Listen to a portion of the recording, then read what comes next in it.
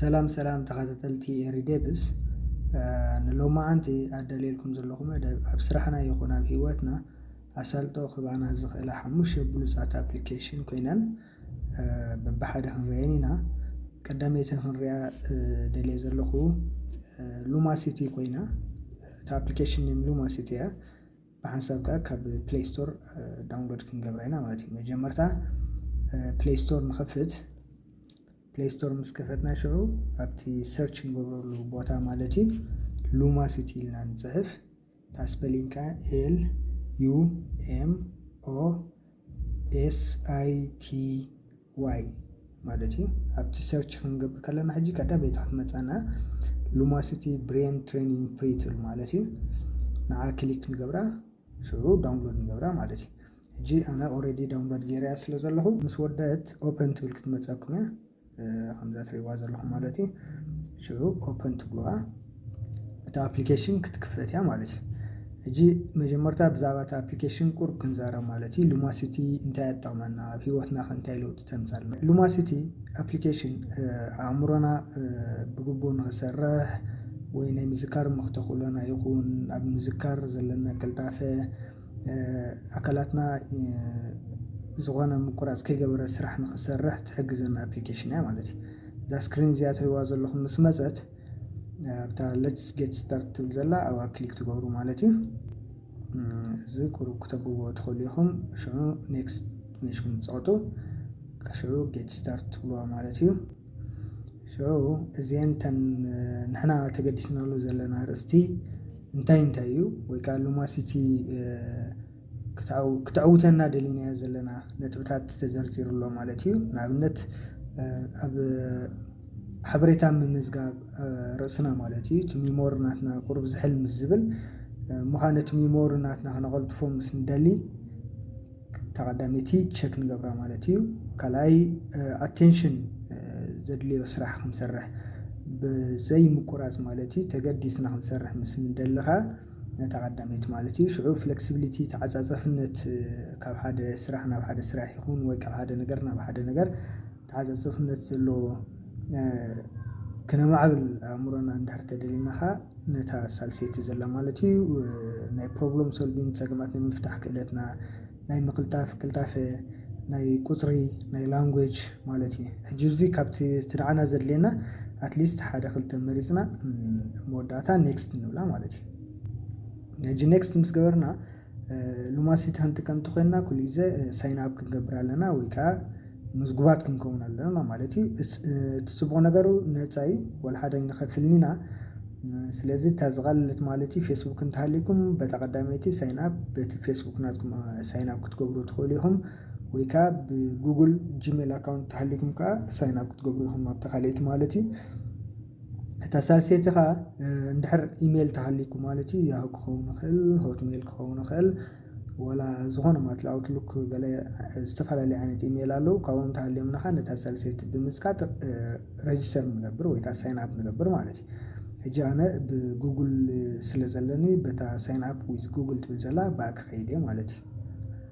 سامسونج صخو حجي تناتي جوجل اكاونت ليست تغورا شو تانس تكملا سيلكت قبر نيكست نبلا شو تكالاي الاماناتهم كرينا نيكست نبلا سالسايكمو تتريننج بروجرام مالتي زخلو مسقبرنا حجي كنجمراينا ماتي تا ابليكيشن كمستمثل نابنت سبيد ماتش هجيزي this game will test your information processing مالتي حبريتا خميجرنا بروسيس كم نقبر ويكا خمنا كايدو برسنا مجمرتات فتننا زي مالتي ستارت مسبلنا حجي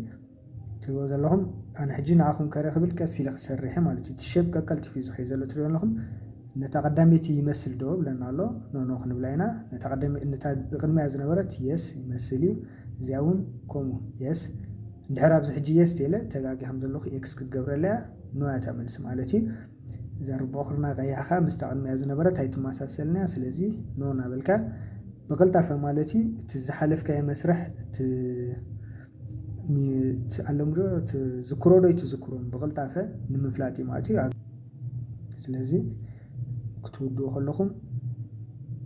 باكتيريا شعور ريوات ريوالكم ابتكم زي تيجيكم وتناخم ጌም ተኣቲናኻ ዓይነታት ጌም ኣሎ ናይ ሜሞሪ ድዩ ናይ ስፒድ ድዩ ወይ ከዓ እቲ ሓሳባት ናትካ ትሬን ኦፍ ተውትካ እቲ ሓሳባት ናትካ ከተመልሙሎ ከለኻ ማለት እዩ ኣብዚ ሎ ሜሞሪ ኣቴንሽን ፍሌክሲቢሊቲ ፕሮብለም ሶልቪንግ እናበልና ክሊክ እናገበርናኻ ክንፃወት ንኽእል ኢና ማለት እዩ ስለዚ እዚኣ ተመስል ማለት እዩ እቲ ኣፕሊኬሽን ብምቕፃል ናብታ ካልእቲ ኣፕሊኬሽን ምስ ንኸይድካ ካልእቲ ኣፕሊኬሽን ቲክቲክ ትበሃል ኮይና እሳ ልክዕ ከምኡ ማለት እዩ ኣብ ፕሌይ ስቶር ብምእታው ኣብቲ ናይ ሰርች ቦታ ከይድና ሰርች ክንብላ ንኽእል ኢና ስፔሊንግ TICK ኮይና ካልኣይ ግዜ ከዓ ንዓ ብዘይ ስፔስ ማለት እዩ ኣልግባቢልና ንድግማ ማለት እዩ ቲክቲክ ኮይና እቲ ኣፕሊኬሽን እዚኣ ትሪእዋ ዘለኹም እንታይ ኮናታ ልክዕ ከምዚኣ ትመስል ዋላ ነዚኣ ዳውንሎድ ገይረ ኣለኹ ንስኹም ዳውንሎድ ትብልዋ ሽዑ ዳውንሎድ ምስ ወደት ልክዕ ማለት እዩ ኦፕን ንብላ ኦፕን ምስ በልና ሕጂ ከምዚኣ ነፃ ክተምፃልና ማለት እዩ ሕጂ እዚኣ ልክዕ ከምቲ ዝበልኩም እቲ ሪማይንደር ክኾነ ክንገብሮ ወይ ከዓ ክንዝክሮ ንደሊ ነገራት ወይ ነተግብሮ ንደሊ መዓልታዊ ኣብዚና ንምዝግቦ ማለት እዩ ስለዚ ከመይ ጌርና ታስክ ነእቱ እንተይልናኻ ነዛ ዘላ ፕላስ ሳይን ወይ ከዓ ተደመሮ ሳይን ዘላ ኣብዚ ንዓ ክሊክ እሞ ንገብራ እቲ ክንገብሮ ደሊና ዘለና ኣብዚ ሕጂ ንፅዕፎ ንኣብነት እንታይ ክትገብር ትደሊ ንኣብነት ንጎ ክትስኢልካ ስፖርት ክሰርሕ ትደሊ ስለዚ ስፖርት ኢልና ንፅሕፍ ማለት እዩ ስፖርት ኢልና ምፅሓፍና ኣብዚ ንርአ እንተሃሊና ሕጂ እዚኣ ስፖርት ኣብ ኢንቦክስ እያ ዘላ ካተጎሪ ነታ ኢንቦክስ ካተጎሪ ዘላ ክንቄራ ንኽእል ኢና ንኣብነት ኣብ ስራሕ ዝግበር እንድሕር ተኮይኑ ስራሕ ወርክ ንብላ እንድሕር ኖርማል ተኮይኑኻ ኣብ ኢንቦክስ ትፀንሕ ማለት እዩ ልክዕ ተሪና ኣብ ቅድሚት ካብዚ ቱዴይ ትብላላ እታ ቱዴይ ከዓ ሕጂ እሳ እዚ ታስክ እዚ መዓስ ክፍፀም ደሊኻ እየ ዘለኻ ሎሚ ድዩ ፅባሕ ድዩ ድሕሪ ፅባሕ ድዩ ስኬጁል ማለት እዩ ስኬጁል ክትገብሮ ኣለካ ወይ ኣብ መዓልቲ ክንደይ ግዜ ክኸውን ኣለዎ ኣብ ሰሙን ክንደይ ግዜ ክኸውን ዘለዎ ሰዓት ክንደይ እዩ ኩሉ ክነማልኦ ተደሊና ኣብዛ ናይ ካላንደር ሳይን ዘላታ ዋ ክሊክ ሞ ንገብር ስለዚ ብዴት ተኮይኑ ዴት ንመርፅ ስለዚ ዴት እንታይ ማለት ሎሚ ንኣብነት ሕጂ ዕለት 10 ላ ብሞባይለይ ዕለት 10 ተኾነ ዕለት 10 ዕለት 12 ገብራ ተደሊኻ ዕለት 12 መርፅ 14 ተኾይኑ 14 ታይሙን ሰት ክገብር ክእለ ኣብታ ሰት ታይም ትብል ዘለኻ ንኣብነት ዕለት 14 ሰዓት ክንደይ እዩ ንጎ ተስየ እንድሕር ገብር ተኮይኑ ሰዓት 6 ናብ እንትፈረቓን AM ተይለያ ሰዓት 6 ፍርቓን AM ትብል ማለት ሰት ሪማይንደርካ ኦን ታይም ልክዕ ኣብታ ሰዓት እታያዳ ክትገብራ ዘለዋ ዋላ ቅድሚ ክተዘክረካ ዘለዋ ማለት እየ ወይ ከዓ ቅድሚ ሰዓት 5 ደቂቃ ቅድሚ ሰዓት ድዩ ቅድሚ ሓደ መዓልቲ ድዩ ቅድሚ ፍርቂ ሰዓት ድዩ ኣብዚ ንመረፅ ማለት እዩ ንኣብነት ቅድሚ 5 ደቂቃ ክተዘክረና ተደሊና እንታይ ንገብር 5 ሚኒት ኤርሊ ኢልና ንመልኣሞ ቅድሚ 5 ደቂቃ ሰዓት ምእኻሉ ትመዘከርታ ይመፀና ማለት እዩ ሰት ሪፒትካ ክንደይ ግዜ ክደጋግሞ ትደሊ ኣለና ነዚ ነገራት ማለት እዩ ንኣብነት ዴይሊ ክንገብሮ ንኽእል ኢና ዴይሊ ቴልና ትሪእዎ ኣለኹም እቲ ካላንደር ኩሉ ቀይሕ ባሶሪ ኣራንሾ ንመሊእ ዘሎ ኩሉ እንታይ ይኸውን ኣሎ ማለት እዩ መዓልታዊ እቲ ሪማይንደር ክትገብረና ማለት እዩ ስለዚ ኩሉ ከምኡ ንመልኦ ማለት እዩ እቲ ዴይሊ ዘሎ ንኣብነት ኤቭሪ ዊክንድ ማንዴይ ኣብቲ ፍራይዴይ ዘሎ ክንገብር ተደሊና ካብ ሶኒ ክሳብ ዓርቢ ዊክሊ ማንዴይ ጥራሕ ተኮይኑ ወይ ከዓ ሶኒ ጥራሕ ሶሉስ ጥራሕ ተደሊናኻ ዊክሊ ንገብር ማንስካ ኣብተን ማንዝሊ ማለት እዩ ወርሓዊ ክንገብር ተደሊና ማለት እዩ ወርሓዊ ተገርና ኣብ ዓመት 12 መዓልቲ ትኾናልና ኣለዋ ማለት እዩ ስለዚ ኣብዚ ንኣብነት ዴይሊ ክገብራ ኦኬ ይብላ ስለዚ ኩሉ ስለዚ መላና እዚ ንገብር ካልኣይ ካቲ ታስክ ክንደይ ክወስደልና ዴት ኢና ፀኒሕና ዱሬሽን ከዓ ንክንደይ ግዜ እቲ ደሊና ዘለና ማለት እዩ መሊና ኣብዚ ከዓ ስለዚ ኦኬ ንብላ ማለት እዩ ኦኬ ምስ በልናያ ልክዕ በዚያ ናይ ሰንድ መሴጅ ትመስል ዘላ ሳይን ኣብኣ ክሊክ ብምግባር ኣድ ንገብሮ ማለት እዩ ስለዚ ናብ ኢንቦክስ ኣድ ኮይና ኣላ ኣብ ኢንቦክስ ክሊክ ተጌርና መፅያትልና ኣላ ማለት እዩ ሙሉእ ፀብፃብ ክንርኢ ምስ እንደለኻ ኣብታ ናይ ካላንደር ዘላ ክሊክ ብምግባር ትሪእዋ ኣለኹም ናይ 10 መዓልቲ ብሙሉእ ፀብፃብ ክንታሓት ሒዝና ተወሪድና እቲ ካላንደር ክወርድ ክእል ክድይብ ክእል ማለት እዩ ራይ ናብታ ሳልሴታ ኣፕሊኬሽን ምስ ንኸይድካ ሳልሴታ ኣፕሊኬሽን ቀሪበልኩም ዘለኹ ኣብ ናትና ምንቅስቃስ ኣካላት ማለት እዩ ንገብረሉ ስፖርት ንገብረሉ ይኹን በእግርና ንኸደሉ ንትስኣሉ ንድቅሰሉ ኩሉ ነገራት ትገብር ከም መቆፃፀሪ ክንጥቀመላ ንኽእል ናይ ጉግል ኣፕሊኬሽን ኮይና ጉግል ፊት ትበሃል ማለት እዩ። ስለዚ ሰርች ክንገብራ ኢና ኣብ ፕሌይ ስቶር ከድና ማለት እዩ ጉግል ፊት FIT ኢልና ሰርች ንገብር ሞ ተቐዳሚት ዝመፀተና ክሊክ ብምግባር ነዚኣ ልክዕ ዳውንሎድ ንገብራ ማለት እዩ። ስለዚ ነዚኣ ምስ ከፈትናያ ልክዕ ከምተን ካልኦት ክትሓተኩም እያ ንዓይ ኦልሬዲ ኣትየ ስለ ዝፀናሕኩ እቲ ምስሊኻ ከሪአኩም ስለ ዘለኒ ልክዕ ንዓኹም ግን ክትሓተኩም እያ ሳይን ኣብ ጌርኩም ተኣትዉ ሞ እዚ ክተምፃልኩም እያ ማለት እዩ። ስለዚ እዚ ኣፕሊኬሽን እንታይ ትገብር ትየልና ንኣብነት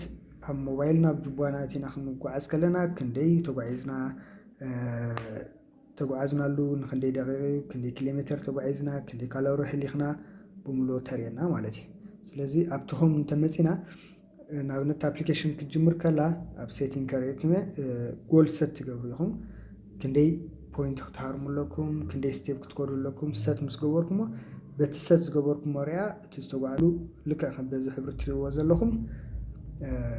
ብናምበር መልክዕ ማለት ብቁፅሪ መልክዕ ከምዚ ጌርና ተቐርበልና ማለት እዩ። ሎሚ መዓልቲ ንኣብነት ናተይ ሰሪኹማ 1328 ካሎሪ ሕሊኸ ኣለኹ 2.7 ብእግረይ ተጓዒዘ ኣለኹ እቲ ዝተጓዓዝ ኩሉ ደቂቕ ክቆፅር ከለኻ 67 ደቂቕ ማለት እዩ 67 ደቂቃ ከባቢ ሰዓትን 10 ደቂቕን ማለት እዩ።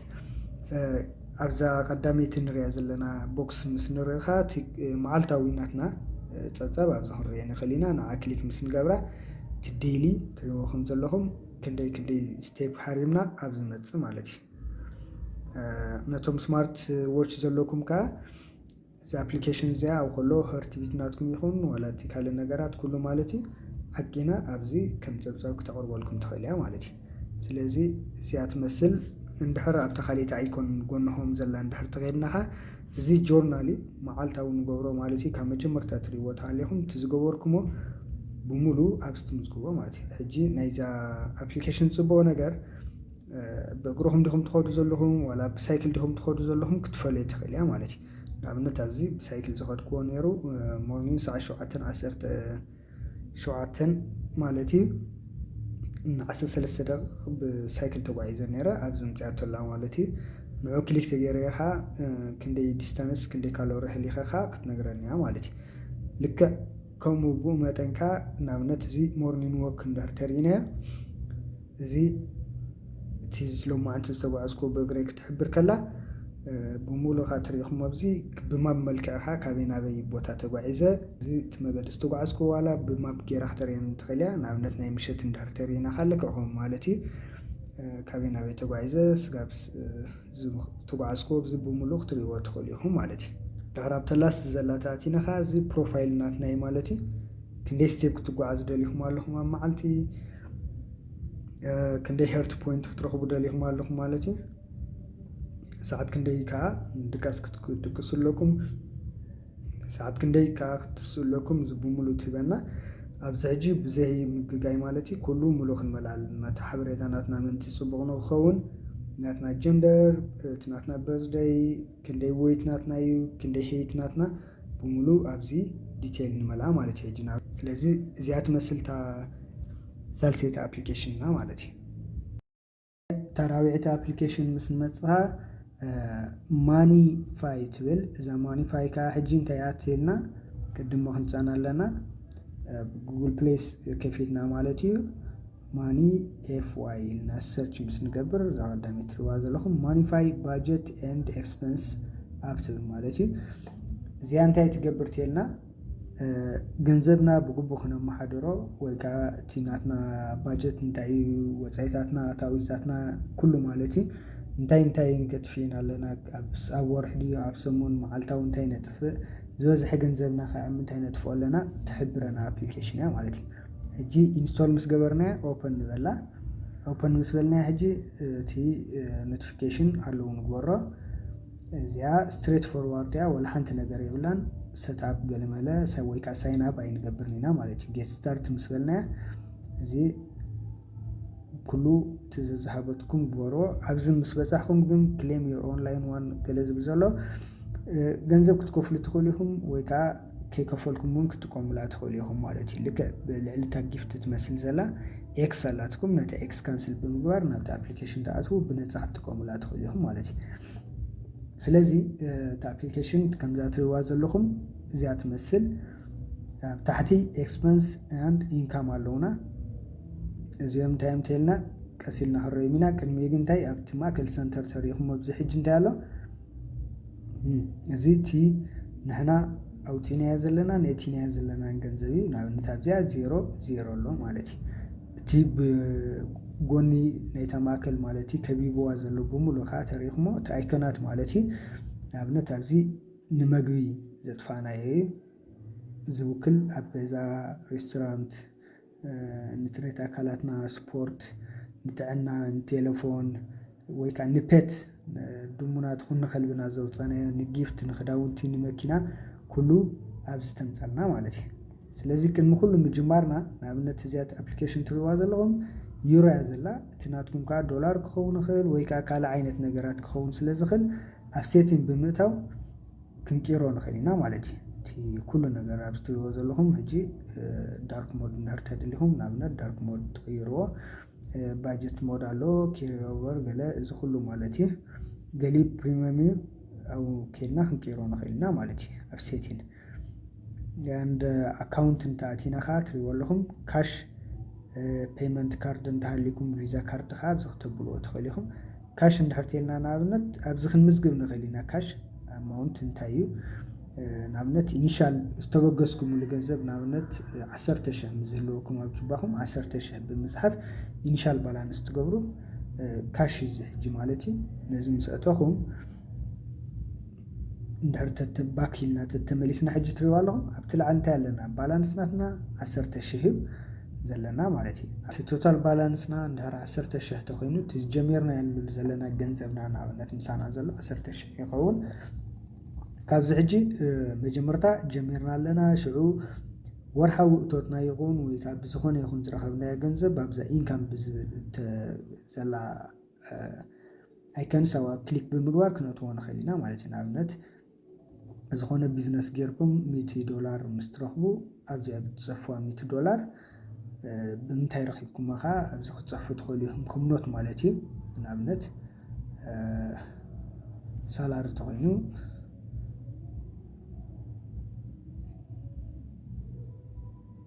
ንኣብነት ሳላሪ ተኮይኑ ሳላሪ ኢልኩም ትፅሕፉ ስለዚ መዝጊብና ኣለና ማለት እዩ እዚ ሕጂ ዳን ትብልዋ ወይ ከዓ ቹዝ ካተጎሪ ኢልኩም ከዓ ንኣብነት እቲ ኢንካም እንታይ እዩ ዲፖዚት ድዩ ሳላሪ ድዩ ሴቪንግ ድዩ ወይ ከዓ ኣድ ኢልኩም ከዓ ክትእትዉ ትኽእሉ ኢኹም ተኸፊልኩምላ ነቲ ኣፕሊኬሽን ማለት እዩ ንኣብነት ሳላሪ ተኮይኑ ሳላሪ ከዓ እቲ ተሪኹማ እታ ቶታል ባላንስ ሕጂ እንታይ ኮይና ኣላ 10,100 ኮይና ኣላ ማለት እዩ ስለዚ ኢንካም ዘበለ ኣብዝን ብምእታው ነቲ ገንዘብ ነቲ ቶታል ባላንስና ናትና ክንቀይሮ ንኽእል ኢና ማለት እዩ ወፃኢታት ምስ ትገብሩ ከዓ ንኣብነት ታክስ ጌርኩም ትኸዱ ትኾኑ መግቢ ትገዝኡ ትኾኑ ኣብታ ኤክስፐንስ ኬድኩም ዝህለኩም ንኣብነት 10 ተኮይና $10 ተኮይና $10 ትፅሕፉ ካተጎሪ እንታይ እዩ እንታይ ኹም ጌርኩም ማለት እዩ ንኣብነት ንመኪና ተኮይኑ መኪና ትብልዋ ስለዚ መኪና ኢላ ከዓ እንታይ ክትገብር ኣብዛ ታሕቲ ትሪእዋ ኣለኹም ኣረው ብምግባር ንመኪና 100% ሕጂ ካብዚ ቶታል ወፃኢ ጌርኩሞ ዘለኹም ስለዚ መኪና ጥራሕ ኢና ጌርና ዘለና 10% ካልኣይ ኤክስፐንስ ከእትዮ ንኣብነት 1,000 ንኣብነት ገይረ ካተጎሪ ቹዝ ክብላየ ንምንታይ ክብላ እዚኣ ሕጂ ገዛ ክኸውን ንኽእል እዩ ዋላ ገዛ ክራይ እንድሕር ገዛ ክራይ ትሄልያ ሕጂ ትሪእዋ ኣለኹም ዶ እንታይ ኮይና ኣላ ቶታል ኣውፂናዮ ዘለና 1,010 ክኸውን ከሎ 99% ኣብ ገዛ እዩ ማለት እዩ 1% ከዓ ንመኪና ማለት እዩ ዝኸውን ዘሎ ስለዚ እቲ ኣፕሊኬሽን ከምዚኣ ትመስል ብዲቴይል ክንሪኦ ከለና ከዓ ባላንስ ካሽ ክንዲዚ ነይሩ ሳላሪ 100 ኣለና ንገዛ ዝኸፈልናዮ 1,000 እዩ ንመኪና ዝኸፈልናዮ ከዓ 10 ይኸውን ማለት እዩ ኣፕሊኬሽን ከመዛዝም ቀሪበልኩም ዘለኹ ከዓ ንኣእምሮና መሐደሲት ትኸውን ኣፕሊኬሽን ስራሕ ክብርታዓና ከሎ ወይ ከዓ ሓሳባት ክበፅሓና ከሎ ወይ ከዓ ፅቡቕ ነገር ዘይክስማዓና ከሎ ንጥቀመላ ኣፕሊኬሽን ኮይና ጉግል ፕሌይ ብምኻድ ነዚኣ ከዓ ኣቶሞስ ኢልና ሰርች ንገብር ማለት እዩ። ስፔሊን ATOMUS ማለት እዩ። ተባሎም ኣቶሞስ ኢልና ሰርች ንጌርና እታ ኣፕሊኬሽን ልክዕ ከም ናይ ኣቶም ሳይንስ ዘለዋ ኣይከንስ ክትመፀና ነዚኣ ከዓ ዳውንሎድ ንገብራ ሽዑ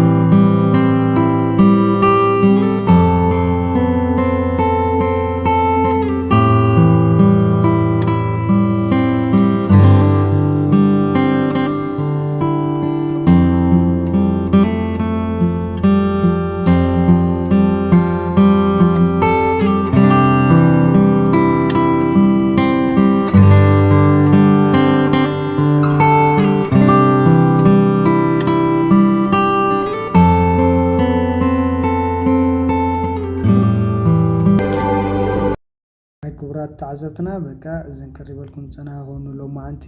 ኣፕሊኬሽናት እዘን 5 ኮይነን ነፍሲ ወከፈን ከዓ ኣብ ታሕቲ ኣብ ዲስክሪፕሽን ማለት እዩ ሊንክ ክገድፈልኩም እየ ዳውንሎድ ምግበር ማለት ሊንክ። ስለዚ ንሎማዓንቲ ዝተቐረበ መደብ እዚ ይመስል። ዝኾነ ርእቶ ይኹን ሕቶ ዝምዘለኩም ኣብ ኮመንት ሴክሽን ፃሕፍዎ። ላይክ፣ ሼር፣ ሳብስክራይብ ከዓ ይንረስዕ ወይ ከዓ ኣብ ዝመፅእ መደባት እንታይ ክቐርበልኩም ከም ዘለኒ ርእቶታት ይኹን ሓበሬታ ኣብ ታሕቲ ክትፅሕፉለይ ትኽእሉ። ሰላም መዓልቲ።